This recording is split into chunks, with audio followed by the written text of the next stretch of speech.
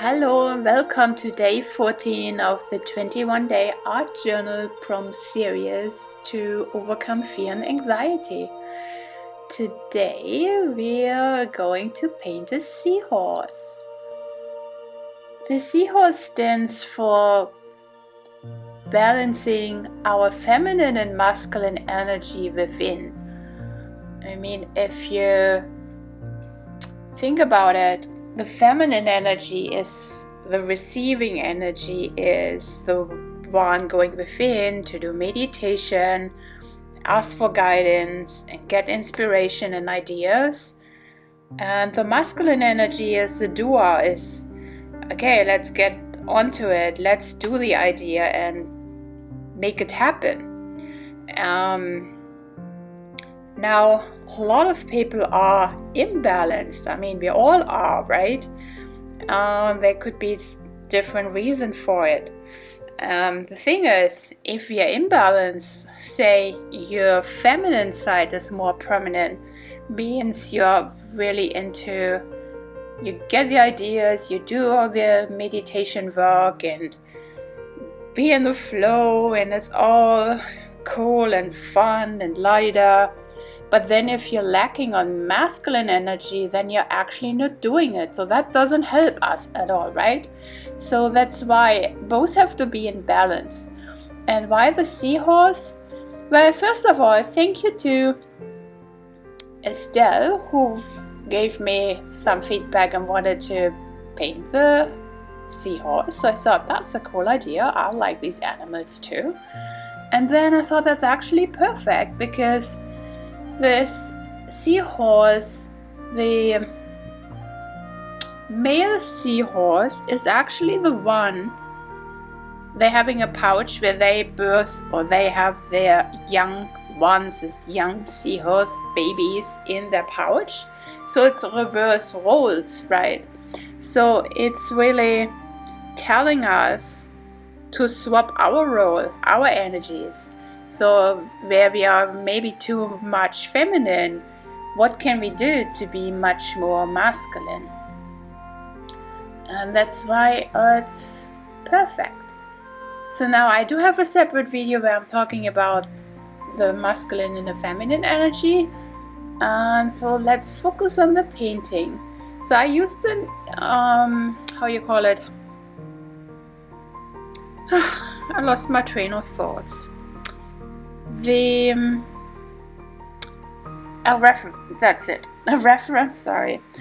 used a reference photo from Pinterest to see how exactly does seahorse actually look like. And it's kind of, I don't know, for me similar, like the dragon has got this head, and then this mouth thing looks like an elephant one, but much smaller. And then it has this big belly and this tail and some wings. So I'm using, of course, really just a whimsical, easy version. You can get a Pinterest reference photo as well, or you can paint the way I did it. And I'm using some watercolors and just fill in the colors. And now I'm getting some collage paper together, rip it apart and glue it down with some matte medium.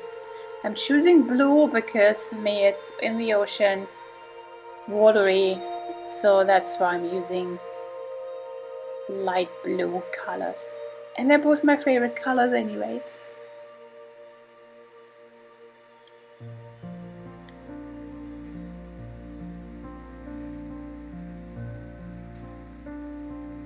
Yeah, you just glue it down and then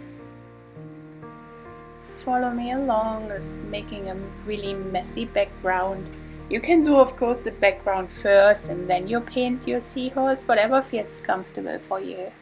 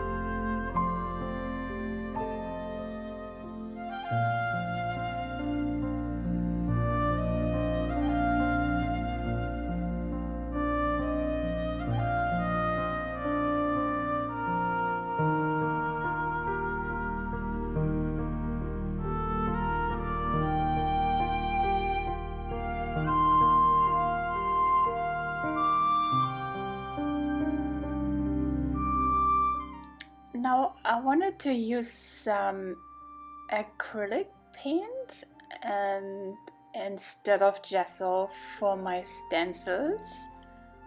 I was thinking of just putting some patterns onto its belly and like a similar color, and then use white gesso for the background. So I'm using now a makeup sponge, which works really well. I found if you use acrylic paint and a spatula, that is not really working for some reason. The gesso and the palette knife works best for me, and the makeup sponge is perfect if you use acrylic colors. I'm using the one from Jane Davenport, but you can use whatever you like.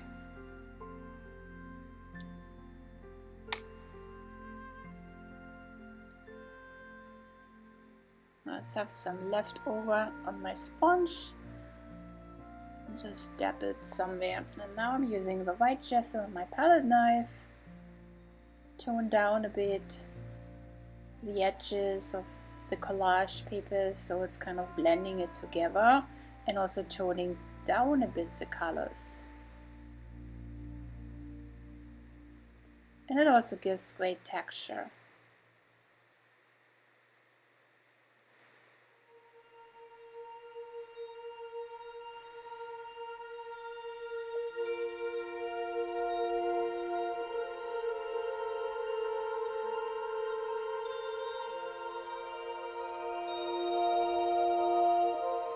So since the seahorse is in the water, I'm thinking of using some bubbles.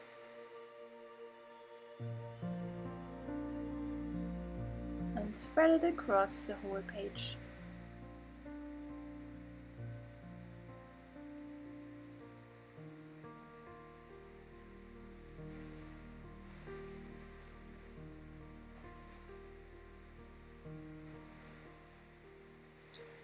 Now the wing, I'm using a different pattern. You can of course doodle something on the wings, but I choose to use a stencil. And again, you have to let it dry. So now it's dry, so now I'm using a watercolor pencil and just fine-tune a bit where I think I need some more shadow or the edges, and blend it all in.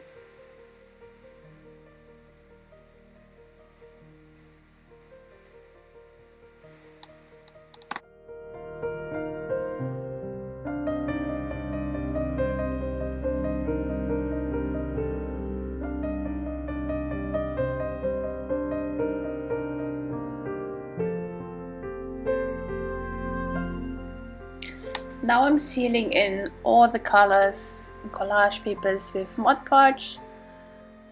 Let it dry, and then I am able to use my markers to do all the fine tuning.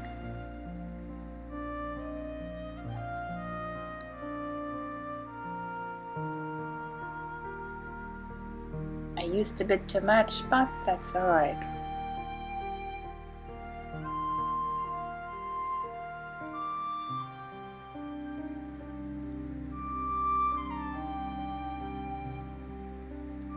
So now it's dry. I'm just adding some more shadow where needed. And then you have 20 seconds. I'm using the A.R.T pen. You have 20-second window to rub it all in, or to just leave it and let it dry. I like to use my fingers and blend it. Probably can't really see much of a difference. So I'm using the black A.R.T pen. You can use a black Posca pen as well. And I totally forgot the eye color. Can you believe it?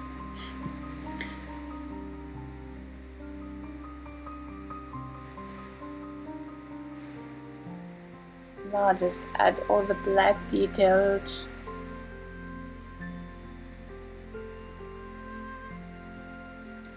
For the white highlights, I'm using the white Posca pen, but also the gel pen, which is a bit finer. And now you can think already of the message you got when you're painting the seahorse, or reading about the lesson, listening to what I was talking about, the masculine and feminine energy, and what the message is for you. I mean, everybody's different. I'm probably more the one who's in the feminine energy and sometimes procrastinates and not doing the things I have in my mind. So for me, definitely I need to balance out my masculine energy.